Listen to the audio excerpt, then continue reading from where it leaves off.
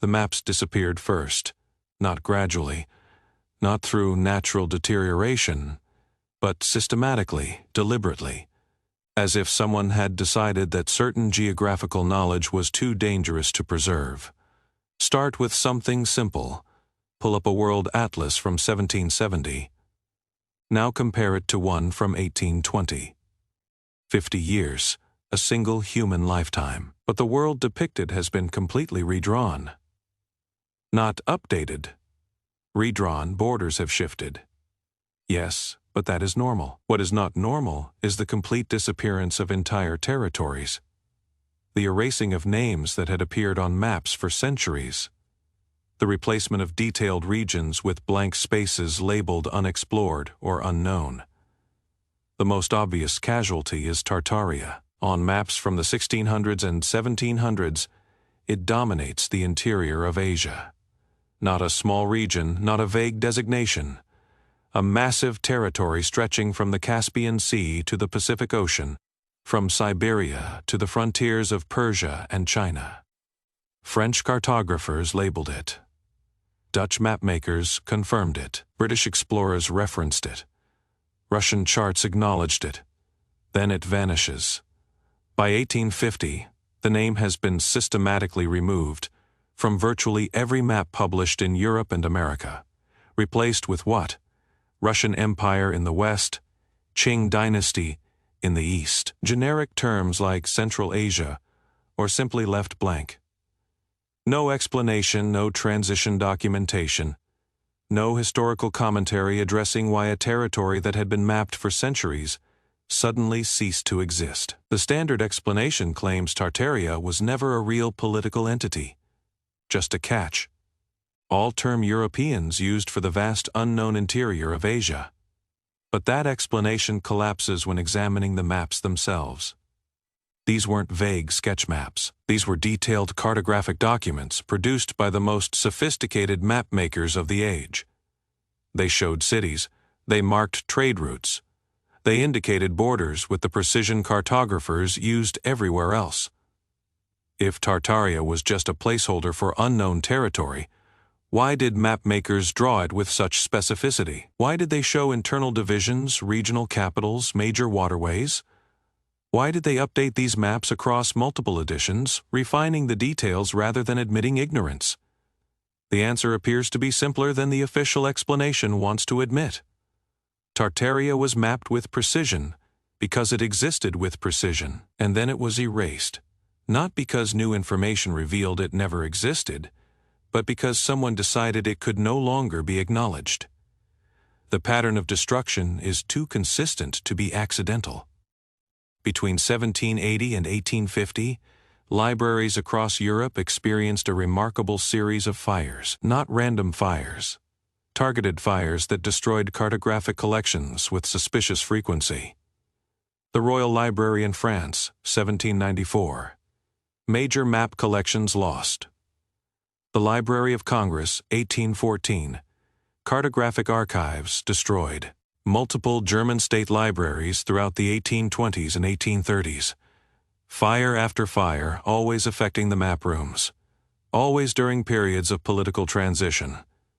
And after each fire, the replacement maps showed a different world. Tartaria shrank, then fragmented, then disappeared. Independent territories became Russian. Detailed interiors became blank. Names vanished without explanation. This wasn't just happening to Tartaria.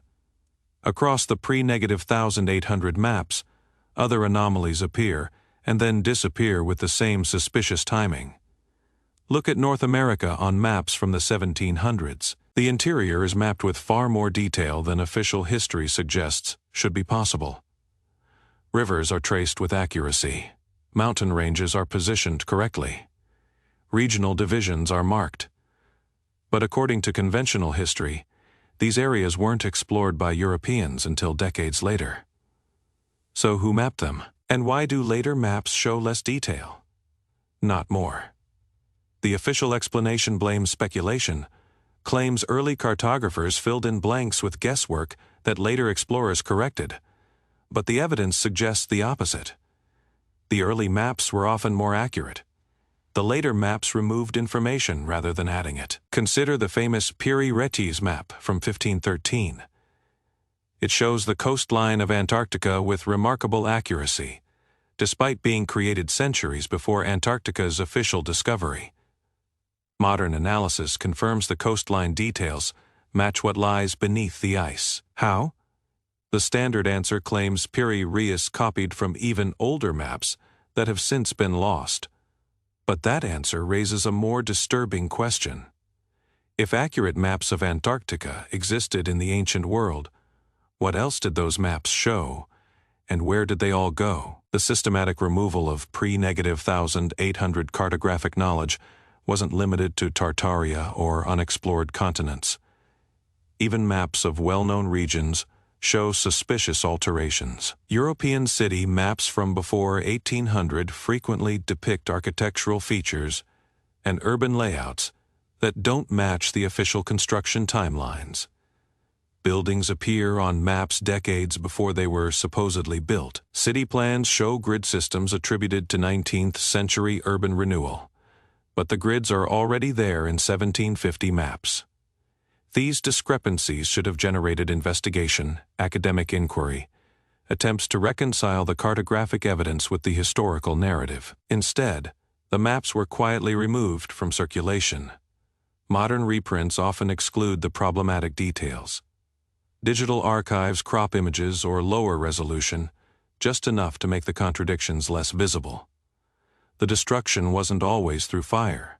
Sometimes it was bureaucratic. In the mid-1800s, major European map collections underwent reorganization. Old maps were reclassified, moved to restricted access, or labeled unreliable without explanation. Researchers who wanted to examine pre-1800 cartographic materials suddenly faced new barriers, special permissions required, limited viewing hours, no photography allowed. The maps that survived this filtering process are the ones that support the accepted historical narrative. The ones that disappeared are the ones that raised questions. What questions? Start with the infrastructure. Pre-1800 maps of major cities often show canal systems, waterworks, and underground passages that no longer exist or have been filled in and forgotten. Maps of London from the 1700s depict extensive subterranean networks beneath the city. Maps of Paris show similar features. Modern archaeology occasionally rediscovers these structures, always with surprise, as if the maps showing them for centuries had been completely forgotten. Why would accurate maps of infrastructure be suppressed? Unless that infrastructure revealed something about construction capability, about the civilization that built it, about timelines that don't match the official story.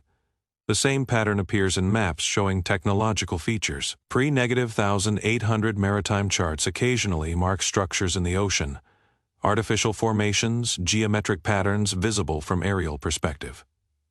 Later charts remove these markings. Modern survey ships sometimes detect anomalies in the exact locations, but the official explanation always defaults to natural formation, despite the geometric precision. What is most disturbing is the coordination. The removal of Tartaria from maps didn't happen in one country or one publisher. It happened simultaneously across Europe, Britain, and America. French publishers stopped printing Tartaria. German cartographers erased it. Russian mapmakers replaced it. British atlases omitted it. All within the same narrow window of time, roughly 1800 to 1850. That kind of coordination requires communication, agreement, shared purpose. Competing empires and rival publishers don't accidentally make the same cartographic decisions unless someone is directing the changes. The official history provides no explanation for this coordination. It simply treats the disappearance of Tartaria as a natural evolution of cartographic knowledge, as if better information organically led everyone to the same conclusion at the same time. But that is not how map-making worked in the 1800s. Publishers competed. They distinguished themselves through unique information, exclusive sources, superior detail. They didn't homogenize unless forced to. So what forced them? What authority or pressure campaign convinced every major mapmaker in the Western world to erase Tartaria from their products? And why has no historian investigated this question seriously? The same coordination appears in encyclopedias. Pre-1800 encyclopedias frequently included extensive entries on Tartaria, describing it as a known region with established populations, trade networks, and cultural practices. The Encyclopaedia Britannica's early editions referenced Tartarian territories. French encyclopedias described Tartarian peoples. German reference works mapped Tartarian regions. Then, between 1800 and 1850, these entries shrink, become vague, eventually disappear entirely. Later editions of the same encyclopedias either omit Tartaria completely or reduce it to a footnote, explaining it was a historical misconception. No explanation for why earlier scholars were wrong. No acknowledgement that the change represents a reversal of centuries of established knowledge. Just quiet erasure. The pattern extends to linguistic maps. Pre-1800 maps showing language distributions across Asia often indicate Tartarian languages as distinct from Russian, Turkish, or Mongolian. These linguistic regions correlate with the political boundaries shown on other maps. They suggest cultural coherence, not just geographical designation. Later, linguistic maps remove these categories. The languages are reclassified as dialects of Russian or Turkic languages. The distinct linguistic identity suggested by earlier maps is erased. Modern linguistics sometimes acknowledges isolated language groups in Central Asia that don't fit clean classification. But these are treated as remnants of unknown origin, rather than pieces of a larger suppressed linguistic family. What happens to knowledge when the maps disappear? When the reference materials are systematically removed, when the encyclopedias are rewritten, the knowledge doesn't just become inaccessible, it becomes unthinkable. Future generations can't even ask the questions, because the evidence that would prompt the questions has been removed.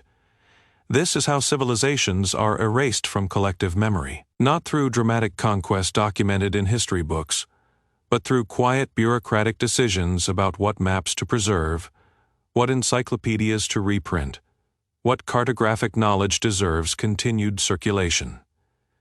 The maps that survive tell us what we're allowed to know. The maps that were destroyed tell us what we're not supposed to ask about. Consider what else pre-1800 maps showed before their destruction. Massive stone structures in locations now considered wilderness. Geometric city layouts in regions supposedly uninhabited until recent colonization. Road networks crossing deserts where official history claims no permanent settlements existed. These features appear on maps from multiple sources, from different cartographers working in different countries. They can't all be fabrication or error, yet they're systematically absent from post-1850 cartography. Not corrected, removed, as if the structures, the cities, the roads never existed. What happened to them? Did they crumble in the decades between map editions? Were they buried by natural disaster? Or were they simply deemed too problematic to continue acknowledging? Look closer at the cartographic symbols themselves. Pre-1800 maps used specific markings for different types of structures.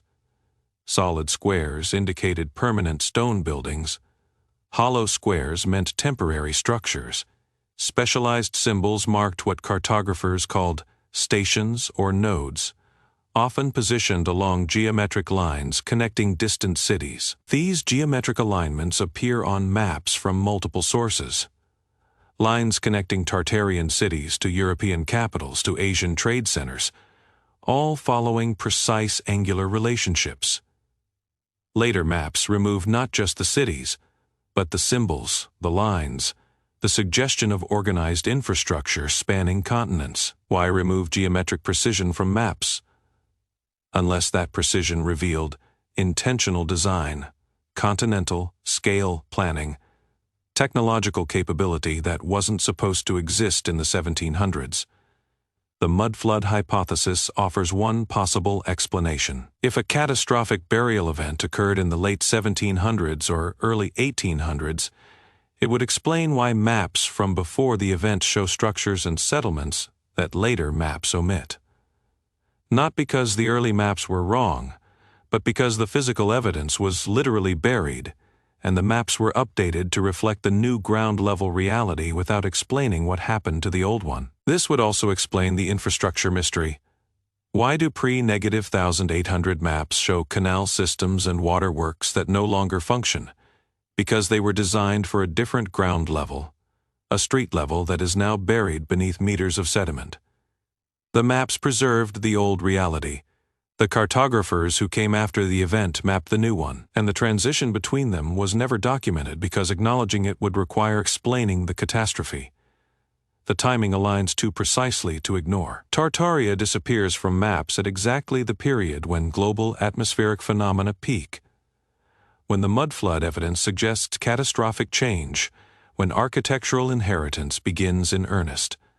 The maps changed because the world changed, and the knowledge of what the world looked like before the change had to be suppressed. There are specific examples that make this suppression undeniable.